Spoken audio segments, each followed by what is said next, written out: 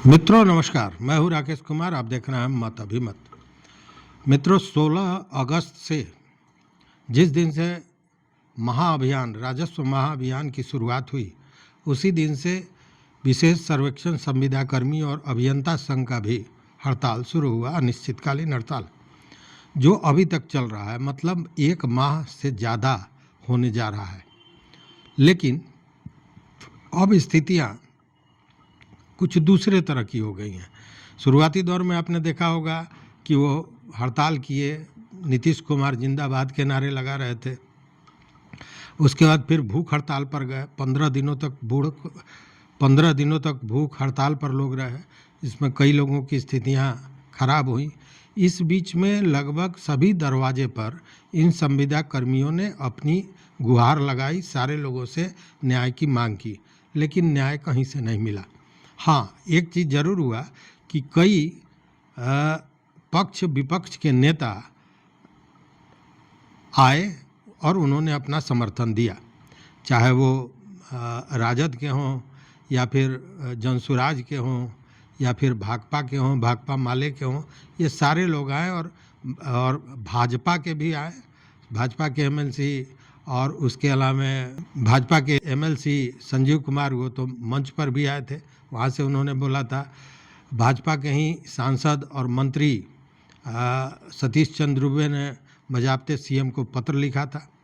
लेकिन स्थितियाँ कहीं से सुधरी नहीं का मतलब कि कोई जो संवादहीनता थी वह समाप्त नहीं हुआ, कोई वार्ता नहीं हुई, कोई बात नहीं हुई। इस बीच में जब इनकी बात कोई सुनने को तैयार नहीं हुआ तो यह भाजपा कार्यालय का घेराव शुरू कर दिए।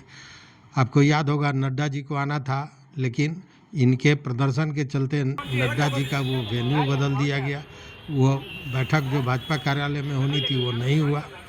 लाठियां भी चली, सर फूटे, कई लोग चोटिल हुए, घायल हुए। और आज फिर जब स्थितियाँ अच्छा, इसमें एक बात और ऐड करना चाहूँगा कि उस दिन विजय सिन्हा जो उप मुख्यमंत्री हैं, उन्होंने कहा कि आप लोग जाइए, हम इस पर बात करेंगे। इसको लेकर जो चीज़ें छन के आ रही हैं उसमें ये आ रहा है कि कुछ लोगों से बात भी हुई, मंत्री जी की बात हुई, विजय सिन्हा ने बात कराई, मध्यस्थता उन्होंने की, लेकिन कुछ खास चीज़ें निकल कर नहीं आई। और उसमें एक चीज़ ज़रूर आया कि विभाग और मंत्री महोदय कहीं न कहीं इन लोगों से रुष्ट हैं, क्योंकि बहुत गलत शब्दों का प्रयोग किया जा रहा है। जो आप सोशल मीडिया पर देखिएगा, सोशल मीडिया पर भी बहुत अपभ्रंश भाषा का प्रयोग किया जा रहा है। ये सारी चीज़ें कहीं न कहीं तकलीफ़ देह हैं, क्योंकि मांग करना दूसरी बात है, लेकिन गाली गलौज करना ये दूसरी बात है, जो कहीं से भी कोई सभ्य समाज इसको स्वीकार नहीं करेगा।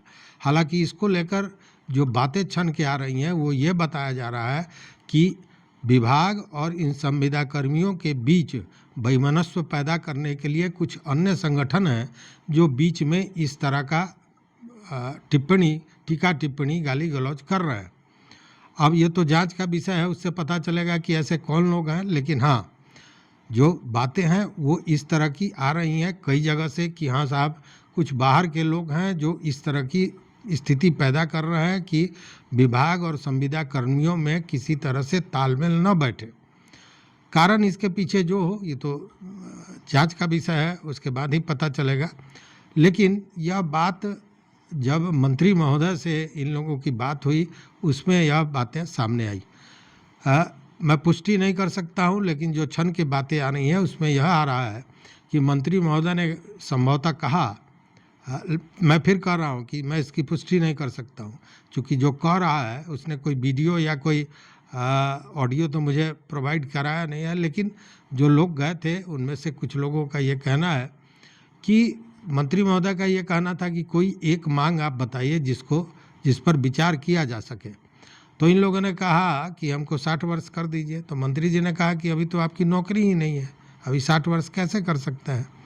तो इस पर जो संविदा कर्मी हैं उन लोगों का कहना है कि विभाग ने तो खोल ही दिया है कि आप अपील आवेदन दीजिए और वापस आपको सर्विस पर रख लिया जाएगा।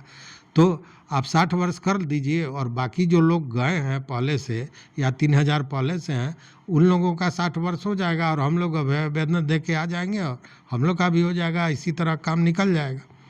तो इस तरह की चर्चाएं चल रही हैं।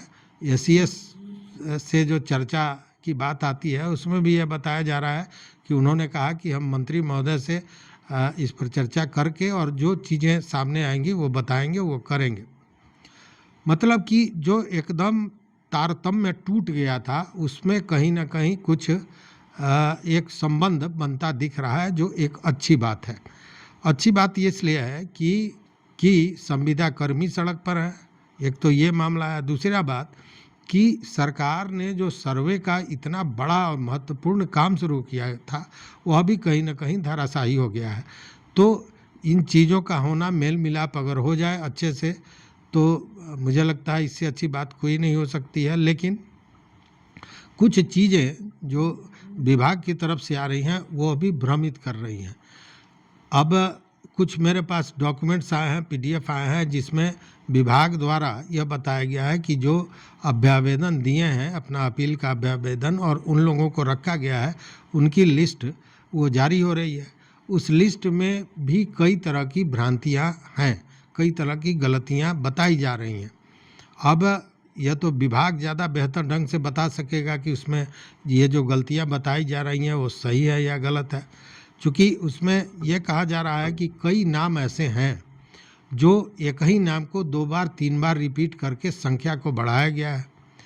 कुछ नाम ऐसे भी हैं जिनका त्यागपत्र हो चुका है, वो 10 मार्च 2025 को ही अपना त्यागपत्र दे दिए थे, लेकिन अब उनको दिखाया जा रहा है कि वो अभ्यावेदन दिए हैं और उनका वो फिर सर्विस पे आ गए हैं, वो अपने काम पर आ गए हैं। तो सवाल ये उठता है कि अगर कोई त्यागपत्र मार्च में ही दे दिया है तो यह अभ्यावेदन, अपील अभ्यावेदन का जो मामला है वो तो उन लोगों के लिए है जिसको सरकार ने बर्खास्त किया है। विभाग ने भी यही कहा था कि जो लोग बर्खास्त किए गए हैं वो अभ्यावेदन देंगे और उस पर विचार करेगी विभाग। तो जो त्यागपत्र दे दिए हैं आज से कई महीने पहले, उनका कैसे हो जाएगा? अब यह सब जांच का विषय है, जांच का विषय है कि इसमें सच्चाई भी है कि नहीं।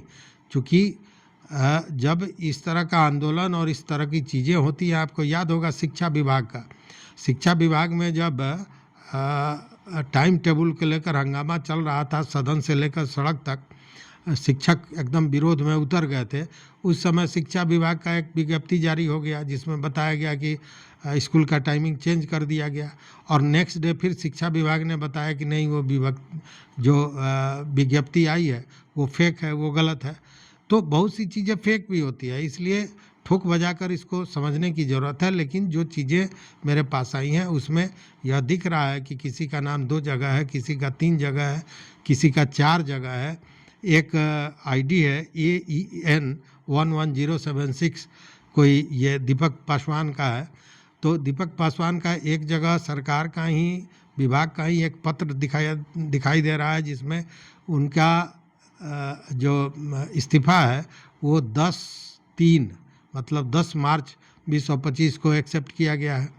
और दूसरे जगह अभी जो अभ्यावेदन देकर जो लोग, और अभी जो अपील का अभ्यावेदन देकर लोग सर्विस में आ रहे हैं उसमें भी उनका नाम दिखा रहा है और पोस्टिंग दिखाया जा रहा है शेखपुरा। तो ये सारी चीज़ें हैं जो कहीं ना कहीं भ्रमित करती हैं और यह क्वेश्चन मार्क लगाता है कि अगर जानबूझकर इस तरह का काम विभाग द्वारा किया जा रहा है तो इसके पीछे मकसद क्या है, कि किस तरह का भ्रम पैदा किया जा रहा है। क्या फिर वही बात तो नहीं कि संख्या को बढ़ा करके और एक मैसेज देना इन आंदोलनकारियों में कि ज़्यादा से ज़्यादा लोग आ रहे हैं और उसके बाद ये आंदोलन समाप्त हो जाए स्वतः, इस तरह की भी बातें आ रही हैं। देखिए, जितने लोग हैं उस तरह की बातें कर रहे हैं, लेकिन अच्छी बात यह है कि ठीक है, सकारात्मक बात नहीं हुई लेकिन एक बात हुई, इसको मैं एक अच्छी पहल मानता हूं।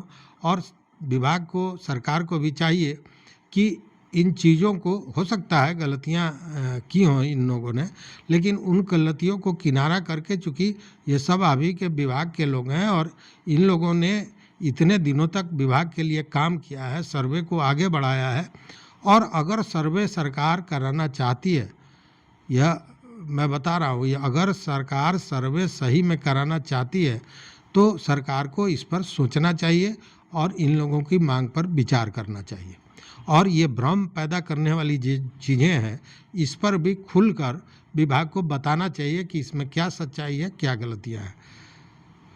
तो देखते हैं कि आने वाले समय में क्या होता है। ऐसे मैं बता दूं कि कल इन संविदा कर्मियों ने सारे लोगों को बुलाया, चूँकि सारे इंजीनियर्स हैं और कल पूजा भी है, विश्वकर्मा पूजा, तो इसमें एक बढ़िया हुजूम, बड़ी भीड़ फिर इकट्ठा होने की संभावना जताई जा रही है। देखिए कल क्या होता है। तो इस वीडियो में बस इतना ही। देखते रहिए मत अभिमत। मित्रों, चैनल पर नए हो तो सब्सक्राइब कीजिए, लाइक कीजिए, दोस्तों के साथ शेयर कीजिए और अपना विचार जरूर दीजिए। बहुत बहुत धन्यवाद। कोटिशः आभार।